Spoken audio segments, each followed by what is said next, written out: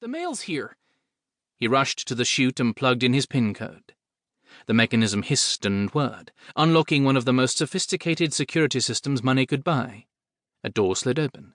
In the antechamber stood an unenthusiastic android about 4 feet tall with a screen for a face.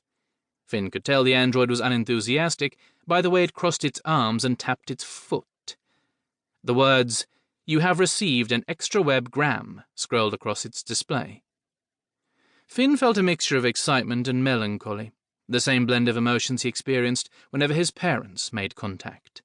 There then appeared an image of 2 healthy, attractive people who looked a lot like Phin, except older, tanner, and less bored.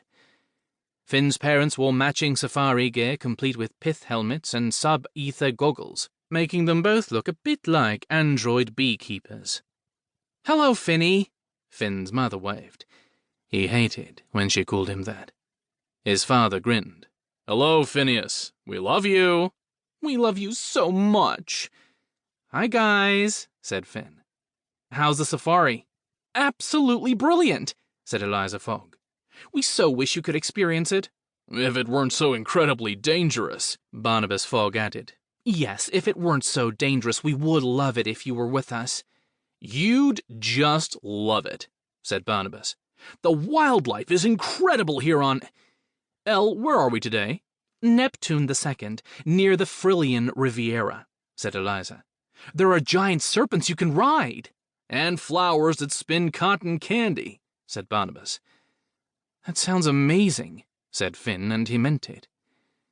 Phin's parents had been enjoying a tour of the galaxy for the past 11 years.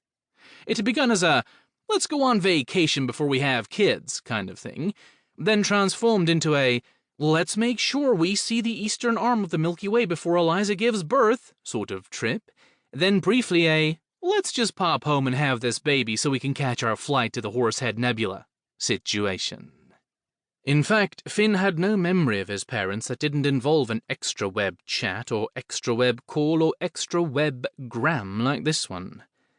11 birthdays, 11 Christmases, and 22 semi-annual Child Appreciation Days had all gone this way.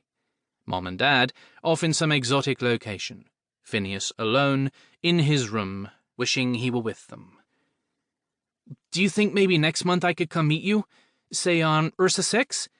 Phin had his parents' itinerary memorized. No mean feat, as it was constantly changing and expanding, like one of those star-eating Newtonian blobs, but a lot more expensive. "Next month?" said Barnabas. "What's next month again?" said Eliza. "My birthday," said Phin, patiently, lovingly, furiously. "I'm turning 12. There was an awkward pause. "Let's play a game," Teddy offered. "You said I could travel with you when I turn 12, said Phin. He only reminded them of this every time they spoke. "Remember?" "Finny," said Mom. "Phineas," said Dad. "Phin," said Phin. "You know we miss you, Angel, but the galaxy is such a huge and dangerous place."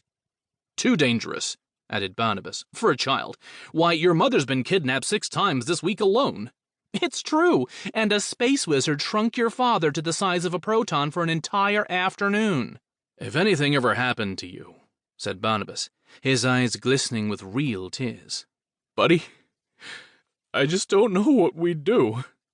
"If you're bored," Eliza added, "why not see if Goro wants to play apples to Gravlex?" Goro Bolus was not Finn's idea of a good playmate. He was Barnabas and Eliza's business partner, the bolus in Fogg Bolus, and in addition to being an adult, he was also the nastiest, creepiest adult Finn knew personally. "I'd rather not," said Phin. "Eliza, get Goro on the line," said Barnabas. "No, don't—" started Phin, but it was too late. Eliza punched up the conference line, and suddenly the bulbous face of Goro Bolus flickered onto the screen. Bolus was an Arbekian, which meant he resembled, in the opinion of most Earthlings anyway, a very large bean. He was short, even for his species, and wore a pair of unflattering spectacles. The incoming call had startled him, and Bolus scrambled to cover up some blueprints on his desk.